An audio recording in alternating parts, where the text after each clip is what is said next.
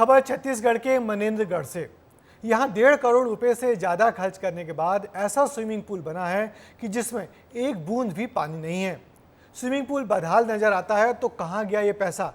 क्या है swimming pool के भ्रष्टाचार की कहानी? देखिए हमारी ये खास रिपोर्ट। 1,61,00,000 का पूल, पानी की जगह भ्रष्टाचार की धूल।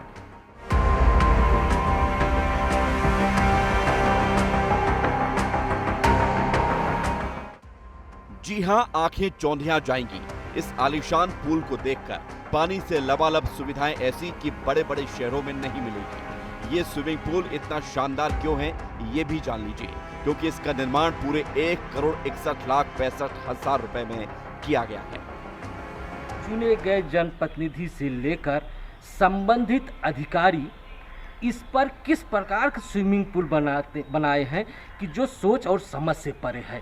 सबसे बड़ी बात आती है कि इतनी बड़ी राशि का जब शासन देता है कि इसको विकास के कार्यों में लगाया जाए, लेकिन जनप्रतिनिधि और अधिकारी इंजीनियर इस पर भ्रष्टाचार कर और 1,11,65,00,000 की राशि को गबन कर लेते हैं।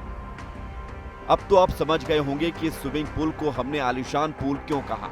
नगर पालिका परिषद ने इसका निर्माण 2011 में शुरू किया। 8 साल बाद भी ये ऐसे ही पड़ा है। पानी की एक बूंद नजर नहीं आती। हर तरफ सिर्फ भ्रष्टाचार दिखाई दे रहा है। पटवा जब नगरपालिका अध्यक्ष थे तो यहाँ पर जो स्विमिंग पूल निर्माण का जो है स्वीकृति जो है छत्तीसगढ़ सरकार के माध्यम से कराया था, और उसमें मेरी जानकारी है कि लगभग 2.25 करोड़ के आसपास जो है राशि का आवंटन हो चुका था, नगर पालिका को मिल गई। उसके बाद जो है सरकार चली गई, दो कांग्रेस के जो है अध्यक्ष बने और स्विमिंग पूल के निर्माण में किसी को कोई रुचि नहीं ली गई, पैसे का बंटन बांट किया गया। जब धर्मेंद्र पटवा जी थे तो उनकी एक परिकल्पना थी, नगर को सौंदर्य देने के लिए, नगर के विकास के लिए उन्होंने जो है स्विमिंग पूल की परिकल्पना की, उसका एस्टिमेट बनवाया, इंजीनियर आए और बकायदा जो है प्रारंभ भी हुआ। लेकिन उनके अंतिम कार्यकाल मतलब अंतिम जो वर्ष बचा था, उस बीच में लंबी प्रक्रिया के कारण निर्माण कार्य पूरा नहीं हो सका और अभी तक अधूरा है। 2011 से लेकर 2024 वक्त लंबा है। नगर सरकारें बदल गई, लेकिन स्विमिंग पूल के नाम पर जारी भ्रष्टाचार का खेल बंद नहीं हुआ। अब पूर्व और वर्तमान नगर अध्यक्ष एक दूसरे पर दोष मढ़ रहे हैं। स्विमिंग पूल होना चाहिए कि हमारे युवा साथी लोग स्विमिंग कर सके, तो हमने स्विमिंग पूल लाने के बहुत भरपूर प्रयास किया।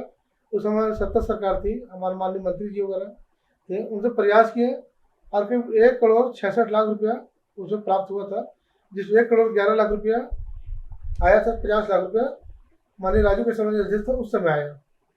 उसका जितना हमने आप देखे होंगे कि जितना काम मैंने करवाया था, टंकी बना है और एक्सचेंज रूम बना है, उसके बाद एक ईंट जोड़ा गया है और सामान आगे पड़ा हुआ है और सामान लगा भी नहीं है और ठेकेदार को भुगतान कर दिया गया। तो मुझे पता चला कि स्विमिंग पूल जांच के लिए गया है, क्योंकि स्विमिंग पूल शुरुआत हुई थी पटवा जी के टाइम पे, उसके बाद फिर राजू केसरवानी अध्यक्ष बने, 2 लोग अध्यक्ष हैं। उस समय शुरुआत हुई थी स्विमिंग पूल की, परंतु जब हम मंगाए फाइल तो पता चला कि वो जांच के लिए गई है। तो हमने एसडीएम से सबसे संपर्क किया कि वो जांच का निराकरण करके हमको दे दे, तो हम आगे स्विमिंग पूल को बनाएं, क्योंकि मनेन्द्रगढ़ के लिए बहुत महती मांग है स्विमिंग पूल की। भ्रष्टाचार का ये खेल अंधेरे में नहीं बल्कि खुलेआम दिन दहाड़े खेला गया है। लेकिन ऐसी क्या मजबूरी है कि अधिकारी चुप्पी साधे बैठे हैं? कहीं ऐसा तो नहीं कि भ्रष्टाचार के इस पूल में जनप्रतिनिधियों से लेकर अधिकारियों ने भी डुबकी लगाई है? विस्तार विशेष में इस मुद्दे को चलाने के पीछे सिर्फ रीजन यही है कि सरकार जो रहती है या प्रदेश की जो चुनी गई शासन सत्ता में बैठे रहते हैं, वो तो राशि को जारी कर देते हैं, लेकिन स्थानीय शासन प्रशासन किस प्रकार से गबन कर लेते हैं और भ्रष्टाचार की भेंट चढ़ जाती है और कमीशन भी जेबों में चला जाता है। विस्तार न्यूज के लिए जिला एमसीबी से अविनाश चंद्र की रिपोर्ट।